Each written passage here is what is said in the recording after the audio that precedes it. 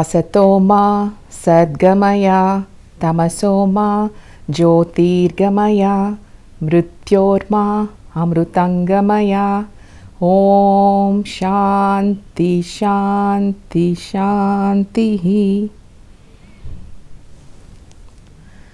అందరికీ స్వాగతం. సో ఇవాళ మనము బ్రహ్మాండం అంటే ఏంటి, పిండాండం అంటే ఏంటి, యూనివర్స్ అంటే ఏంటి, క్రియేషన్ అంటే ఏంటి, యూనివర్స్ అంటే మనం కూడా దానికి ఆ సృష్టిలో ఒక భాగం కాబట్టి ఇది మన గురించి తెలుసుకోవటం కూడా అవుతుంది. సో నికోలా టెస్లా ఏం చెప్పారంటే యూనివర్స్ యొక్క సీక్రెట్ని తెలుసుకోవాలి అంటే మనము ఆలోచన వైబ్రేషన్ పరంగా, ఫ్రీక్వెన్సీ పరంగా, ఎనర్జీ పరంగా ఆలోచించాలి అని చెప్పారు. 1944లో మన quantum theory architect Max Planck అనే సైంటిస్ట్ ఒక వ్యాఖ్యానం చేశారండి. ఫ్లారెన్స్ ఇటలీ దేశంలో ఒక కాన్ఫరెన్స్లో ఆయన ఒక స్టేట్మెంట్ ఇచ్చారు. ఆ స్టేట్మెంట్ షాక్ వేవ్స్ లాగా ఆ కాలం సైంటిఫిక్ కమ్యూనిటీని ఊపేసింది. అప్పటి వరకు ఈ కాన్సెప్టే లేదు. ఏమిటది?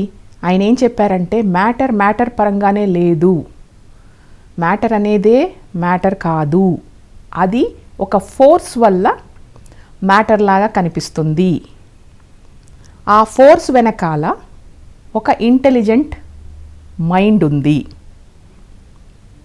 దాన్నే వాళ్ళు మేట్రిక్స్ అన్నారు. సో మన ఋషులు ఎప్పుడో వాళ్ళ లాంగ్వేజ్లో, ఇప్పుడు సైంటిఫిక్ లాంగ్వేజ్లో, మోడర్న్ లాంగ్వేజ్లో మేట్రిక్స్ అన్నారు. దాన్నే మన ఋషులు బ్రహ్మన్, ఈ సృష్టి అంతా, ఈ యూనివర్స్ అంతా, ఈ బ్రహ్మాండం అంతా బ్రహ్మన్తో వ్యాపింపబడి ఉన్నది అని చాలా చాలా క్లియర్గా మనకి మన స్క్రిప్చర్స్లో తెలుస్తూనే ఉన్నాయి. సో ఈ మేట్రిక్స్ అంటే ఏమిటి, అసలు ఈ బ్రహ్మన్ అంటే ఏమిటి? మనకి తెలిసిందేంటి? సృష్టించటానికి ఒక సృష్టికర్త ఉంటాడు అని. దాన్నే వీళ్ళు ఇంటెలిజెంట్ మైండ్ అని సంబోధిస్తున్నారు. ఇంకొకటి రెండో భాగం మనం మర్చిపోతాం. ఏంటంటే ఆ సృష్టికర్తనే, ఆ ఇంటెలిజెంట్ మైండే సృష్టి రూపం దాల్చారు. ఇప్పుడు కనపడే ప్రతి వస్తువు, జీవించింది అంతా కూడా ఆ సృష్టికర్త, ఆ ఇంటెలిజెంట్ మైండే డిఫరెంట్ ఫామ్స్లో కనిపిస్తుంది, ఉంది. సో అసలు ఈ మేట్రిక్స్ ఏంటి? దీని గురించి అర్థం చేసుకోవాలంటే కొంచెం రియల్ వరల్డ్ ఎగ్జాంపుల్స్తో ఎక్స్ప్లెయిన్ చేస్తే దాని వివరం అర్థమవుతుంది. లేకపోతే అది ఒక కాన్సెప్ట్ లాగా మిగిలిపోతుంది, మనకి మన అండర్స్టాండింగ్ లోతుల్లోకి దిగదు.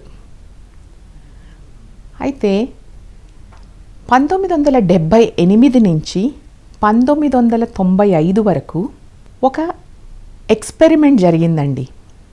ఇది యుఎస్ఏలోని మేరీల్యాండ్లో ఒక మిలిటరీ బేస్లో కొంతమంది సైంటిస్ట్స్ ఈ మేట్రిక్స్ని ఎక్స్ప్లోర్ చేద్దాము అని ఎక్స్ప్లోరేషన్ మొదలుపెట్టారు. సో వాళ్ళు ఏం చేశారంటే మన ఇన్నర్ కాన్షియస్నెస్, ఇప్పుడు బ్రహ్మన్ మనలో ఇండివిజువల్గా ఉన్నప్పుడు ఆత్మన్ అంటున్నాము, ఆత్మనే కాన్షియస్నెస్, ఎనర్జీ. సో ఈ ఇండివిజువల్ కాన్షియస్నెస్ని స్టడీ చేసిన, యూనివర్సల్ కాన్షియస్నెస్ని స్టడీ చేసిన రెండూ ఒకటే. కాబట్టి మన చేతిలో ఉన్నది, మన ద్వారా చేయగలిగేది ఆ ఎక్స్పెరిమెంట్. కాబట్టి మన యొక్క కాన్షియస్నెస్ యొక్క పొటెన్షియల్ ఏంటి, అసలు హ్యూమన్ పొటెన్షియల్ ఏమిటి, ఆ బ్రహ్మన్ యొక్క ఇంటెలిజెన్స్ ఏంటి, కనెక్టివిటీ ఏంటి అని ఒక ఎక్స్పెరిమెంట్ చేశారు. సో ఆ ఎక్స్పెరిమెంట్లో ఏమిటంటే ఒక ఆన్ డిమాండ్ ఒక స్టేట్ ఆఫ్ కాన్షియస్నెస్, ఒక హయ్యర్ ఎలివేటెడ్ స్టేట్ ఆఫ్ కాన్షియస్నెస్కి తీసుకురాబడటం మనుషులు. మనం ప్రతిరోజు కూడా నిద్రలో జారుకునే ముందు ఈ స్టేట్ నుంచి మనము డ్రిఫ్ట్ అవుతాం, కానీ నిద్రలోకి వెళ్ళిపోతాం.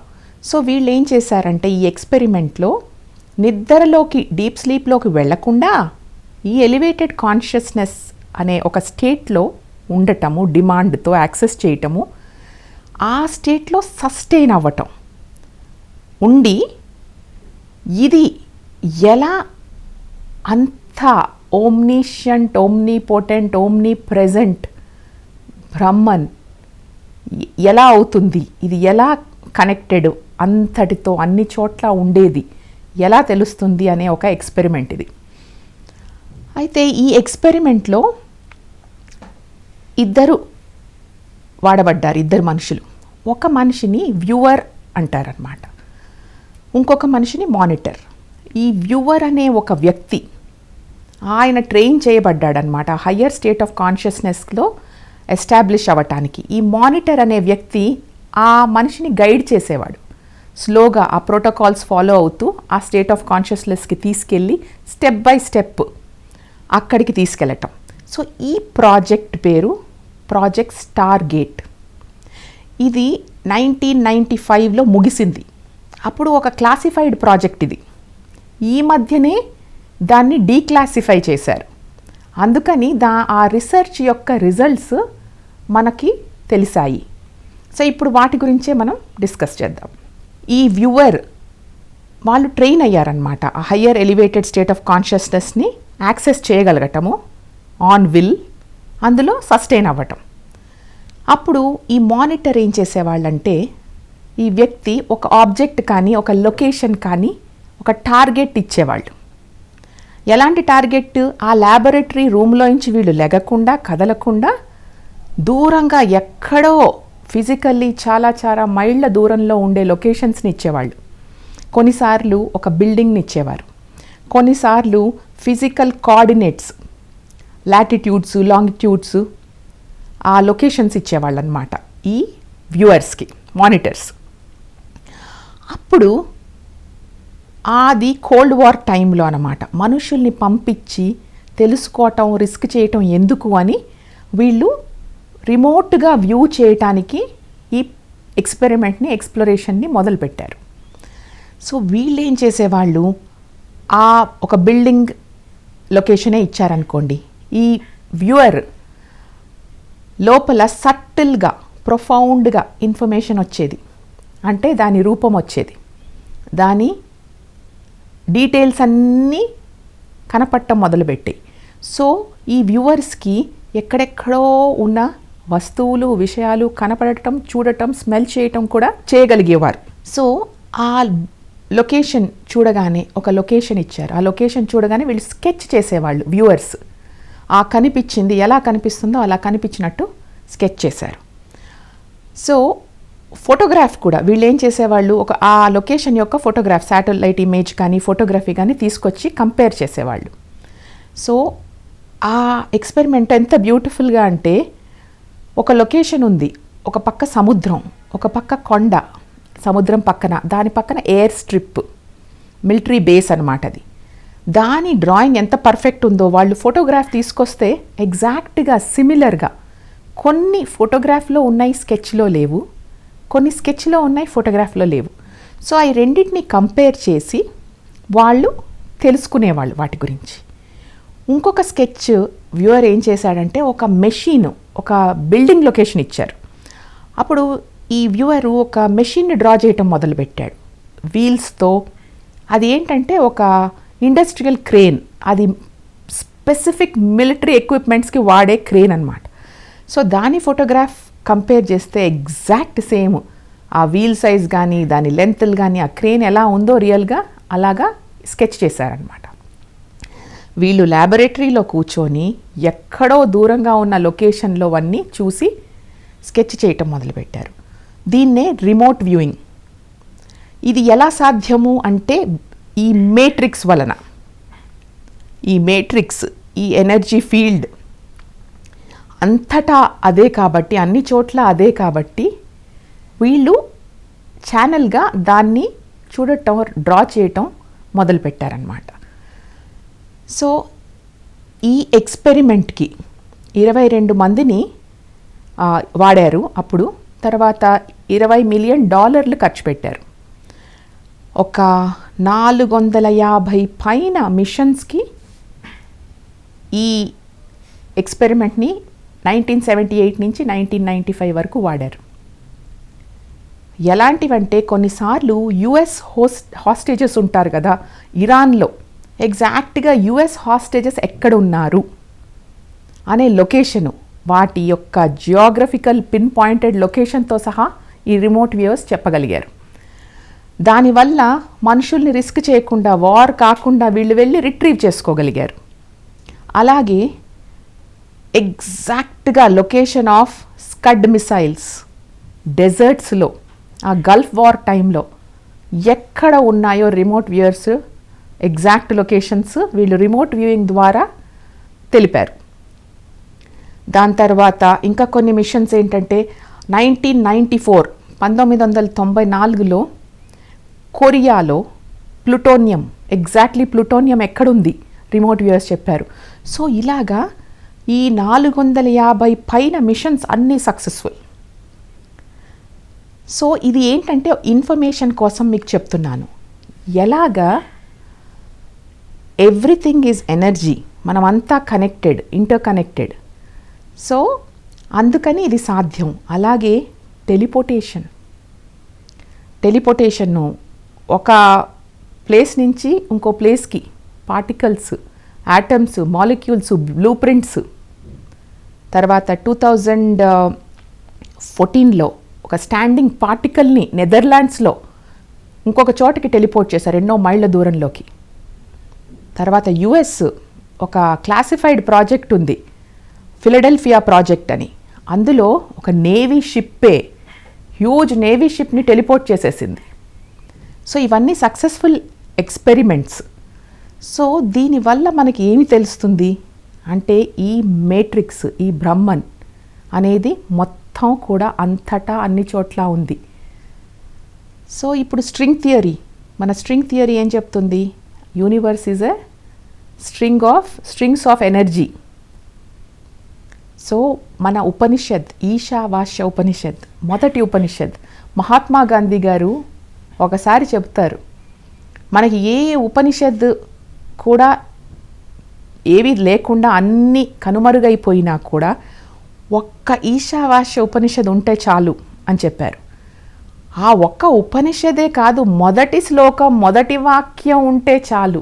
ఈశావాస్యమిదం సర్వం, అంతా what ever exist is energy, దాని అర్థం అంతా కూడా ఎనర్జీ. సో మనం కూడా వైబ్రేషన్, ఫ్రీక్వెన్సీ, ఎనర్జీ. ఇప్పుడు మనకి ఎమోషన్స్ ఉంటాయి. బేసిక్ ఎమోషన్స్ ఏంటి? రెండు basic emotions, love and fear. ఈ రెండు ఆపోజిట్ ఎమోషన్స్. ఫియర్ లో frequency emotion, love high frequency emotion. మళ్ళీ వీటిని ఎక్స్పాండ్ కూడా చేయొచ్చు. ఒక్కొక్కసారి కనెక్షన్ టు ద డివైన్, ఆ love to the divine is much more expanded frequency అన్నమాట. ఆ హయ్యెస్ట్ ఎమోషనల్ స్టేట్స్లో ఉన్నప్పుడు కంప్లీట్లీ మనం కూడా డిసపియర్ అయిపోవచ్చు.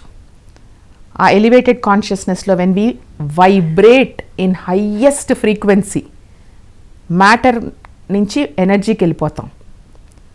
సో అబ్జర్వర్స్ ఎఫెక్ట్లో, డబుల్ స్లిట్ ఎక్స్పెరిమెంట్లో సైంటిస్ట్ కూడా చూశారు, పార్టికల్ సడన్గా డిసపియర్ అయిపోద్ది, ఎనర్జీ అయిపోద్ది, వేవ్ అయిపోతుంది. ఎక్కడికి వెళ్తుందో తెలీదు, ఎటు వెళ్తుందో తెలీదు. మళ్ళీ సడన్గా అది పార్టికల్ అవుతూ ఉంటుంది, పార్టికల్ మళ్ళీ వేవ్ అయిపోతూ ఉంటుంది.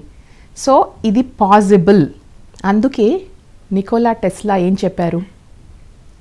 మనము యూనివర్స్ యొక్క సీక్రెట్ తెలుసుకోవాలంటే, అర్థం చేసుకోవాలంటే వైబ్రేషన్, ఫ్రీక్వెన్సీ, ఎనర్జీ పరంగా తెలుసుకోవాలి.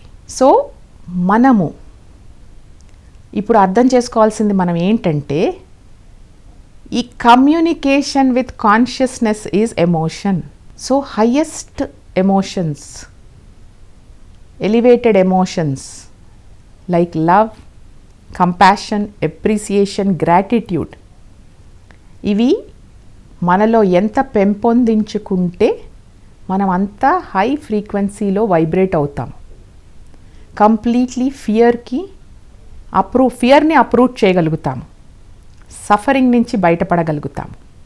సో మనకి అంత హ్యూమన్ పొటెన్షియల్ ఉంది. ఇప్పుడు పోయినసారి మనము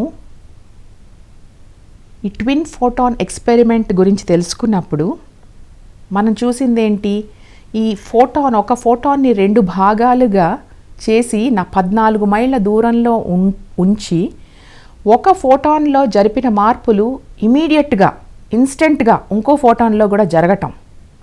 అంటే ఏంటి, ఐన్స్టైన్ యొక్క థియరీ ఆఫ్ రిలేటివిటీలో కొన్ని రూల్స్ని అధిగమించి ఇది బ్రేక్ చేసింది ఈ ఎక్స్పెరిమెంట్. ఏమిటి, ఆయన ఏం చెప్పారు Einstein, everything travels at the speed of light, nothing can travel faster than speed of light అని చెప్పారు. కానీ ఈ ఎక్స్పెరిమెంట్లో తెలిసిందేంటి, వాళ్ళు అటామిక్ క్లాక్స్ వాడితే 0 ల్యాప్స్ ఆఫ్ టైం ఇక్కడ ఏమవుతుందో ఈ ఫోటాన్కి ఆ ఫోటాన్కి అయింది. సో ఒకవేళ మనకి ఎలాగ మన యూనివర్స్ ఫామ్ అయింది మనకందరికీ తెలుసు. ఆ అన్బార్న్ బ్రహ్మన్, మన ఋషులు ఏం చెప్పారు, అన్బార్న్ బ్రహ్మన్ నుంచి అంతా వెలువడింది బయటికి. సో మన సైంటిస్ట్ ఈ కాలంలో మనం అర్థం చేసుకునేది మోడర్న్గా ఏంటి, బిగ్ బ్యాంగ్ ద్వారా ఎనర్జీ ఎక్స్పాండ్ అవ్వటం మొదలుపెట్టి మ్యాటర్ ఫామ్ అయ్యి మ్యాటర్ సెపరేట్ అవుతూ పోయింది. సో ఇప్పుడు ఉన్న మ్యాటర్, ఉన్న సృష్టిని అంతా కూడా మళ్ళీ రివర్స్ చేసామనుకోండి, అది రివర్స్ చేసి దాన్ని ఒక దగ్గరికి తీసుకొస్తే ఒక చాలా చిన్న ప్లేస్లో అది ఆక్యుపై అవుతుంది. అంటే ఇప్పుడు ఉన్న యూనివర్స్లో 4% మ్యాటర్, మిగతా 96% ఏంటి, space, empty space. Empty space is not really empty. మన యాటమ్స్ కూడా 99.9% స్పేస్, ఎంటీ స్పేస్. సో మనమంతా we are more of energy than matter. So మనము ఆ హయ్యర్ ఎనర్జీ స్టేట్స్లోకి వెళ్ళటం సాధ్యం. సో ఇప్పుడు మనకి ఎమోషనే కమ్యూనికేషన్. సో చాలా మటుకు మనం ఏమనుకుంటామంటే, ఏదైనా మనం రియాలిటీని మేనిఫెస్ట్ చేయాలి అనుకుంటే మనం ఆలోచిస్తే మనకు కావాలి, ఇది కావాలి, ఇది చెయ్యాలి అని అనుకుంటాం కదా. మన విష్ నెరవేరుతుందా? ఒట్టి ఆలోచనలు సరిపోవు, ఒట్టి థాట్స్ సరిపోవు. ఎందుకంటే ఆలోచనలకి ఎలక్ట్రోమాగ్నెటిక్ ఫ్రీక్వెన్సీ ఫీలింగ్స్ కంటే తక్కువ. అదే మనకి ఫీలింగ్ ద్వారా, మన ఫీలింగ్కి 100 times మోర్ ఎలక్ట్రికల్ ఎనర్జీ ఉంటుంది, 5000 times మోర్ మ్యాగ్నెటిక్ ఎనర్జీ ఉంటుంది. సో ఒకవేళ మన ఆలోచన మన ఫీలింగ్ కానీ కలిస్తే అప్పుడు కానీ మనం ఏదైనా మేనిఫెస్ట్ చేసుకోవటానికి వీలవుతుంది. సో ఎలా మేనిఫెస్ట్ చేసుకుంటాము, ఈ ఫీలింగ్ని ఎలా తెచ్చుకుంటాము అంటే, మనకి ఏదైనా కావాలి అనుకోండి, ఏదైనా అంటే ఒక జాబ్ కావాలి అనిపిస్తుంది, లేకపోతే ఒక మంచి పార్ట్నర్ కావాలి, మంచి హెల్త్ కావాలి, ఏదైనా అనిపిస్తుంది. సో మీ కోరికలు వేరువేరుగా ఉండొచ్చు. సో వీటిని ఎలా మేనిఫెస్ట్ చేసుకోవాలి అంటే, ఏ ఫీలింగ్ తెచ్చుకోవాలి మనం. మామూలుగా మనం ఏమనుకుంటామండి, బయట నుంచి ఏదో సంతోషకరమైన వార్త వింటే సంతోషపడదాము, లేకపోతే ఎవరి ద్వారానో సిట్యుయేషన్ ద్వారా కానీ అదర్స్ ద్వారా కానీ మనం ఆనందపడదాము అనుకుంటాం. కానీ ఇప్పుడు మనకి ఏదైనా మేనిఫెస్ట్ చేసుకోవాలనుకుంటే, ఇందాక అన్నట్టు ఒక జాబ్, మనకు అనుకునే జాబ్ మనకు వస్తే మనకి ఎలా ఫీల్ అవుతాం, మనకు ఆల్రెడీ చాలా అబండెన్స్ ఉన్నట్టు, చాలా ఆనందంగా ఉన్నట్టు.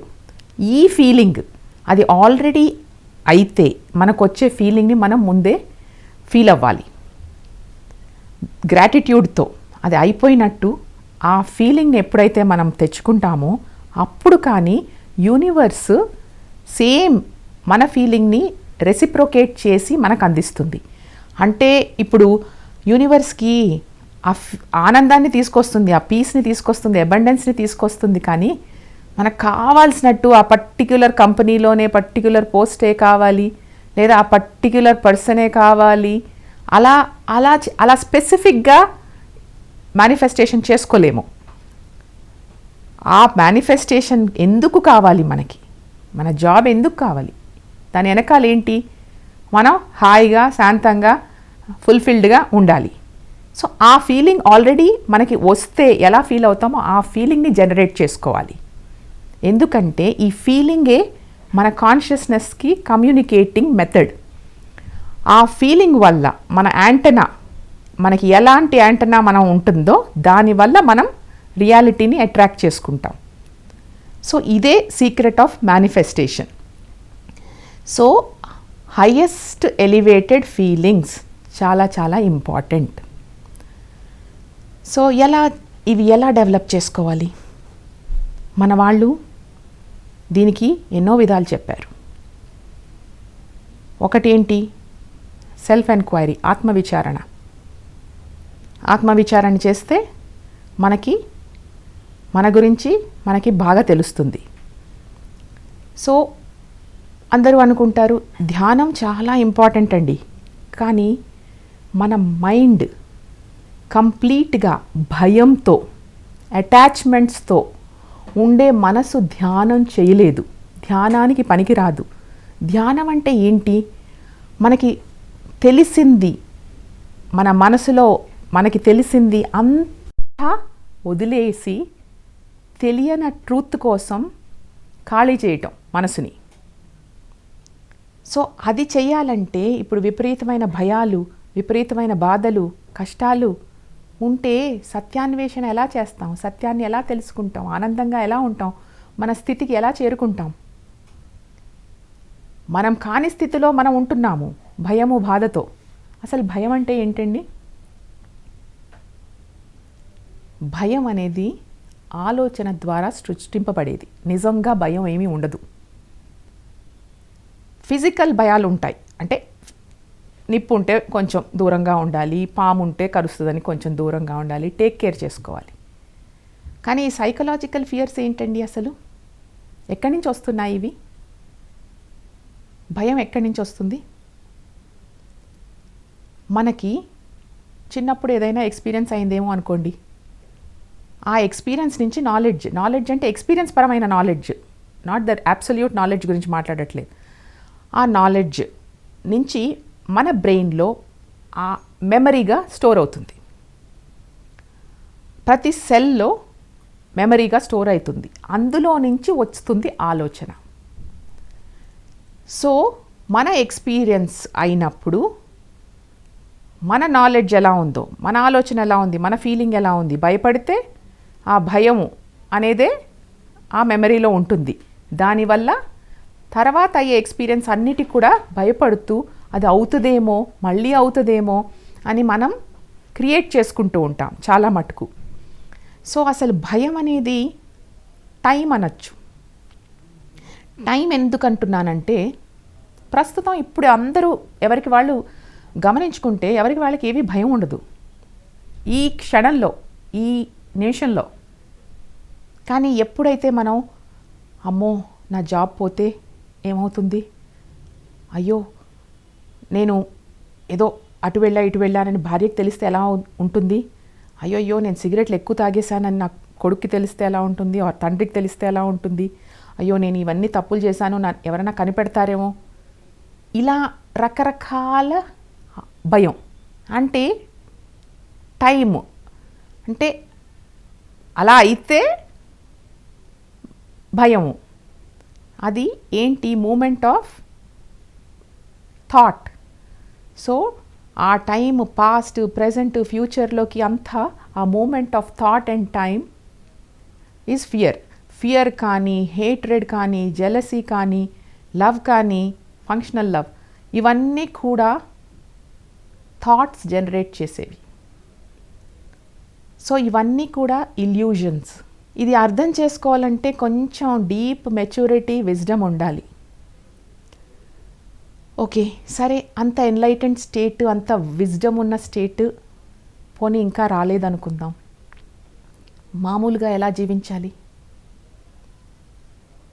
మామూలుగా మనం మామూలు స్థితిలో ఉన్నాం అనుకోండి, నార్మల్ స్టేట్ ఆఫ్ బీయింగ్లో, అన్నిటితో ద్వంద్వాలతో బాధపడతాము, సంతోషపడతాము, భయపడతాము, మళ్ళీ మామూలు అయిపోతాము.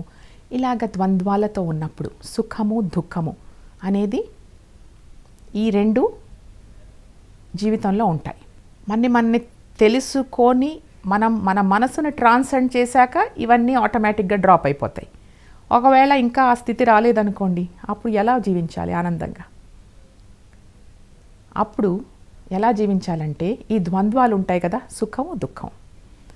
ఆ సుఖం దుఃఖం బట్టి మనకి రాగద్వేషం, అంటే సుఖం ఎక్కువ కావాలి దుఃఖం ఎక్కువ కాకూడదు అనే రాగద్వేషాల్లో కొట్టుకుంటూ ఉంటాం, సంసారంలో కొట్టుకుంటూ ఉంటాం.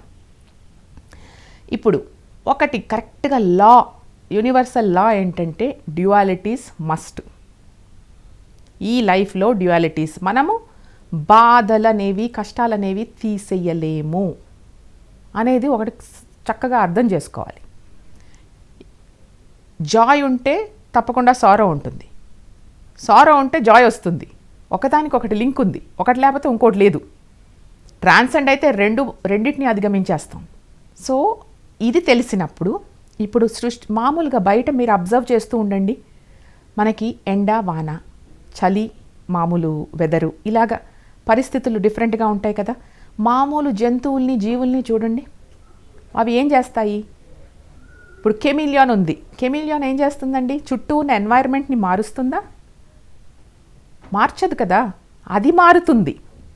అది రంగులు మారి ఎన్వైర్న్మెంట్లో కలిసిపోయి అది ఎఫెక్ట్ కాకుండా, దానికి కష్టం కలగకుండా అది జీవిస్తుంది.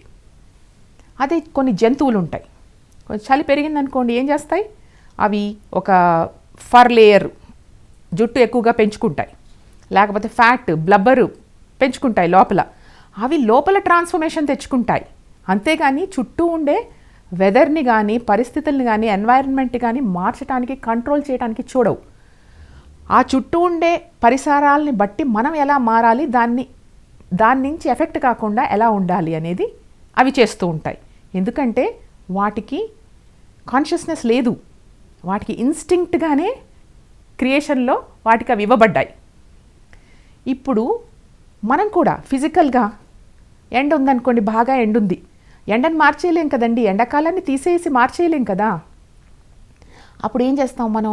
ఒక గొడుగు వేసుకెళ్తాం ఎండ పడకుండా, లేదా చెప్పులు వేసుకుంటాము, సాక్స్ వేసుకుంటాము, నీడగా ఉండే ప్రదేశాల్లో నడుస్తాము, చెట్టు కింద కొంచెం ఆగుతాము, మంచినీళ్ళు క్యారీ చేస్తాము, నోరెండిపోద్ది కాబట్టి దాహానికి. ఇలాగా బయట మార్పుకి మనం ఫిజికల్గా ఎఫెక్ట్ కాకుండా మన ప్రయత్నం ఉంటుంది. అదే చలికాలం ఉందనుకోండి ఏం చేస్తాం? ఒక స్వెటర్ వేసుకొని వెళ్తాం. బాగా వర్షాలు వస్తుంది అనుకోండి, అయ్యో వర్షాలు మార్చేయాలి, వర్షాలను ఆపేయాలి అని కూర్చోం కదా, ఒక రెయిన్ కోట్ వేసుకొని వెళ్తాం. సో ఎలా అయితే మనం ఫిజికల్ చేంజెస్, చుట్టూ ఎన్వైరన్మెంట్ చేంజెస్కి ఎఫెక్ట్ కాకుండా మనం ఎలా జీవిస్తున్నామో, సైకలాజికల్గా కూడా మనం ఎఫెక్ట్ కాకుండా జీవించగలిగే నైపుణ్యం రావాలి మనకి.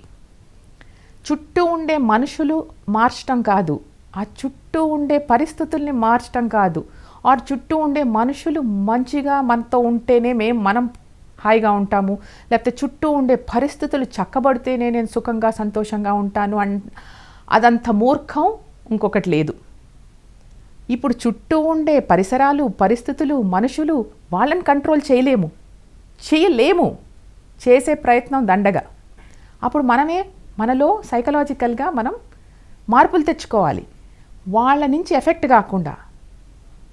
We have to take care. మనం సుఖాన్ని పెంచుకోవాలి, దుఃఖాన్ని తగ్గించుకోవాలి సైకలాజికల్గా కూడా. ఈ ద్వంద్వ ప్రపంచంలో ఉన్నప్పుడు అది ఎలా చేయాలి అనేది ఎవరికి వాళ్ళు అవగాహనతో, విజ్డమ్తో, మెచ్యూరిటీతో, ఒక స్కిల్ఫుల్గా జీవించగలగాలి. మనం పుట్టిందే ఇక్కడ ఆనందంగా జీవించటం కోసం, హాయిగా ఆనందంగా జీవించాలి, హాయిగా ఆనందంగా జీవితాన్ని వదిలేయగలగాలి. అవి రెండూ ఇంపార్టెంట్. లేదా మనం తెలుసుకొని మన హయ్యెస్ట్ పొటెన్షియల్, హయ్యెస్ట్ ట్రూత్ ఏంటి, మనం ఏంటి అనేది, మనం ఆత్మన్, బ్రహ్మనే ఆత్మన్, అంతా ఒకటే, మనం ఇండివిజువల్ సెపరేట్ కాదు, ప్రతిదీ అదే తత్వంతో అదే ఎనర్జీతో తయారు చేయబడింది. మనమంతా ఇంటర్ కనెక్టెడ్, కోఆపరేషన్తో ఉండాలి. ఒకళ్ళకొకళ్ళు ఎఫెక్ట్ అవుతాము, మన ఎనర్జీ ఇంకొకళ్ళకి ఎఫెక్ట్ చేస్తుంది, కలెక్టివ్ కాన్షియస్నెస్కి ఎఫెక్ట్ చేస్తుంది అని తెలుసుకొని హయ్యెస్ట్ స్టేట్లో ఉండొచ్చు. లేదా ఇలా పరిమితంగా ఉన్నా కూడా మనం విజ్డమ్తో పరిస్థితుల్ని, మనుషుల్ని ఎలా ఉన్నా సరే మన ఆనందానికి, మన చిరునవ్వులకి ఏ మాత్రం అడ్డం రాకుండా మనం జీవించగలగాలి. ఇంకొకటి మనం తెలుసుకోవాల్సింది ఏంటంటే దానికి సృష్టించబడ్డాము మనం. సో ఆ సృష్టికర్త అనుకోండి, బ్రహ్మన్ అనుకోండి, యూనిఫైడ్ ఎనర్జీ ఫీల్డ్ అనుకోండి, ఏదైనా అనొచ్చు, భగవతత్వం అనండి, రిలీజన్ గాడ్ అన్నది దాన్ని. సో అక్కడ ఏంటి, ఒక డైమెన్షన్ మర్చిపోతాం మనం. క్రియేషన్ చేసి మెయింటెనెన్స్, డిస్ట్రక్షన్, 3 సృష్టి, స్థితి, లయ 3 అవుతాయి.